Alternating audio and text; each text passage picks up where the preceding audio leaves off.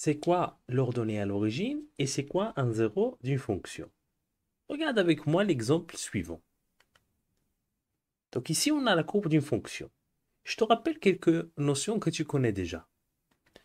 Tu sais que le point du centre, c'est-à-dire l'intersection des axes x et y, il s'appelle l'origine.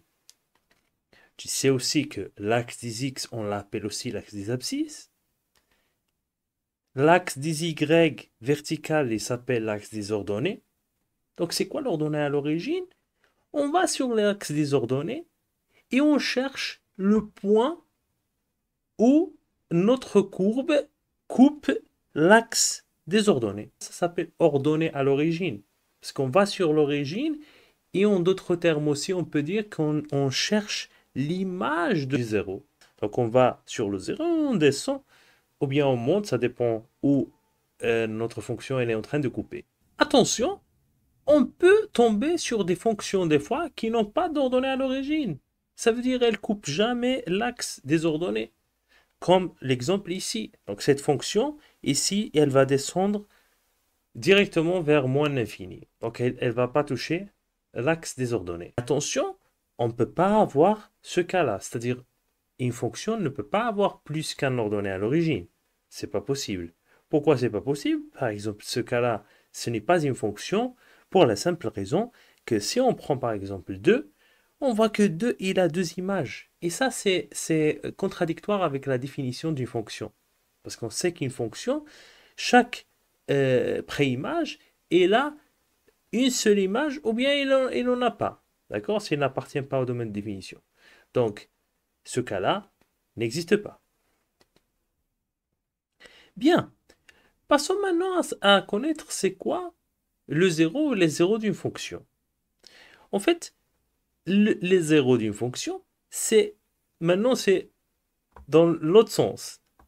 C'est là où notre fonction coupe l'axe des abscisses. C'est ça ce qu'on appelle les zéros d'une fonction. En d'autres termes, c'est les préimages de zéro. Et ça, parce que si on va sur le zéro et maintenant on se déplace comme ça horizontalement, c'est-à-dire on cherche les préimages. Et ça s'appelle des zéros parce que c'est là où ça s'annule aussi notre fonction. Parce que si on cherche dans l'autre sens, si on cherche, on va sur un et on cherche l'image. C'est quoi l'image? C'est zéro, n'est-ce pas? L'image de 1, c'est zéro. Alors, on vient de voir que notre fonction elle avait deux zéros. Il se peut que il n'ait pas de zéro, comme ici. Ce cas-là, il n'y a pas de zéro. Il se peut que la fonction ait juste un zéro. Il se peut que la fonction, donc ça on a vu au début, il se peut que la fonction ait 2, 3 et plus, 4, 5, 6 jusqu'à l'infini. Donc, en résumé, une fonction peut ne pas avoir des zéros, peut avoir un, 2, 3, etc. jusqu'à l'infini. D'accord? Contrairement à l'ordonnée à l'origine, que soit la fonction n'a pas, soit la fonction a un ordonnée à l'origine. Donc, les deux peuvent ne pas exister, ni l'ordonnée à l'origine, ni le zéro. L'ordonnée à l'origine, on peut avoir maximum 1, et les zéros, on peut avoir une infinité. Pour les fonctions qui sont périodiques, hein, qui font comme une vague, là on a une infinité, parce que la fonction continue comme ça jusqu'à l'infini. Maintenant, si on ne nous donne pas le graphique, comme ça, si en revanche on nous donne l'expression de la fonction, on nous dit chercher l'ordonnée à l'origine et les zéros d'une fonction. Comment faire? En fait, on l'a déjà dit. On vient de dire quoi? On vient de dire que en fait, l'ordonnée à l'origine, c'est quoi? C'est l'image de zéro. Donc il suffit de calculer l'image de zéro pour l'ordonnée à l'origine. Et pour les zéros, comment on les a définis? En fait, c'est les pré-images de zéro.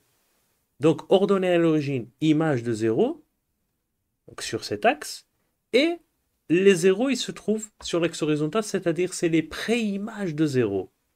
Donc, à ce stade-là, tu sais calculer l'image et la pré-image. Je te rappelle. Donc, ici, je te donne l'expression analytique de la fonction. C'est la même. On va voir est-ce qu'on va trouver le même, l'ordonnée à l'origine et les zéros. Donc ici, pour l'ordonnée à l'origine, on a dit, c'est l'image de 0. Donc on va calculer l'image de 0, c'est-à-dire on va remplacer x par 0. Donc f de 0 égale 0 au carré plus 2 fois 0 moins 3. Donc qu'est-ce qui reste? Moins 3. Donc l'ordonnée à l'origine est moins 3. Bien. Les zéros, préimage. Comment on calcule une préimage? On résout l'équation. Pour l'image, on remplace dans x. Pour la préimage, il faut résoudre l'équation f de x égale à 0, égale à notre image. Donc on va remplacer f de x par son expression, x carré plus 2x moins 3 égale 0. C'est une équation de deuxième degré. Tu sais faire Viette. Donc delta égale b au carré, donc 2 au carré, moins 4 fois a qui est 1, fois c qui est moins 3. Calcul, donc ça fait 16, non? Parce que 4 moins fois moins, ça fait plus, 4 fois 3, ça fait 12, plus le 4 du 2 au carré, ça fait 16. Donc, delta positif, combien il y a de solutions? 2. La première solution, c'est moins b, moins racine de delta, c'est-à-dire moins racine de 16, sur 2 fois 1, sur 2 fois a, qui est 1. Donc ça nous fait moins 3, parce que moins 2, moins racine de 16, ça fait moins 4, moins 2, moins 4, ça fait moins 6, sur 2, ça fait moins 3. Calculatrice. x2 égale moins 2 plus racine de 16 sur 2 fois 1. Donc moins 2 plus racine de 16, ça fait 4. Moins 2 plus 4, ça fait 2. 2 sur 2, ça fait 1. Et on écrit les solutions, c'est-à-dire les zéros sont quoi? Moins 3 et 1. Et on les note ZF égale toujours l'ensemble, c'est comme l'ensemble des solutions avec des accolades. Et ZF, c'est pour dire 0 de f. Si la fonction s'appelle g de x, ben tu vas écrire zg. Ok? Donc comparons. L'ordonnée à l'origine, moins 3.